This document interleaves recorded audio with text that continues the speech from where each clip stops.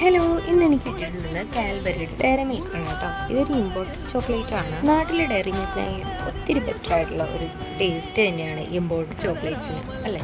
നാട്ടിലെ ചോക്ലേറ്റിനേക്കാളും imported chocolate കൂടുതൽ ഇഷ്ടമുള്ളവർ വീഡിയോ എടുത്തായിരുന്നു കമന്റ് ചെയ്യും. അതുപോലെ ഇമ്പോർട്ടഡ് ആയിട്ടുള്ള ഈ ഡയറി മിൽക്ക് കഴിച്ചിട്ടുള്ളവരും കഴിച്ചിട്ടില്ലാത്തവരും വീഡിയോ ഒന്ന് ലൈക്ക് ചെയ്യുക, ചാനൽ ഒന്ന് മറക്കാതെ സബ്സ്ക്രൈബും ചെയ്യുക.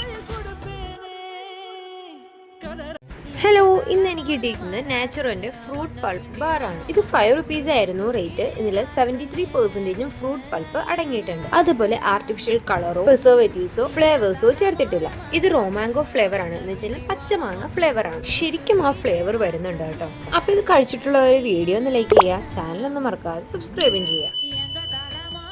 ഹലോ, ഇന്ന് എനിക്ക് കിട്ടിയിട്ടുള്ളത് ഖത്തർ റഫ്കി എന്ന് പറഞ്ഞിട്ടുള്ള ക്രിസ്പി കോൺ കേൾസ് ആണ്. ഇത് ചീസി ഫ്ലേവർ ആണ്. ഇമ്പോർട്ടഡ് ആയിട്ടുള്ള ഇങ്ങനത്തെ പഫ് കോൺസ് ഒക്കെ കഴിച്ചിട്ടുള്ളവരെ വീഡിയോ ഒന്ന് ലൈക്ക് ചെയ്യാൻ മറക്കല്ലേ. നാട്ടിൽ കിട്ടുന്ന പഫ് കോൺസിനേക്കാളും നല്ല വെറൈറ്റി ആയിട്ടുള്ള ഒരു ടേസ്റ്റ് തന്നെയാണ് ഇമ്പോർട്ടഡ് ആയിട്ടുള്ള ഈ ഒരു പഫ് കോണിനുള്ളത്. അപ്പോൾ വീഡിയോ ഇഷ്ടപ്പെട്ടാൽ ലൈക്ക് ചെയ്യുക, ചാനൽ ഒന്ന് മറക്കാതെ സബ്സ്ക്രൈബും ചെയ്യുക.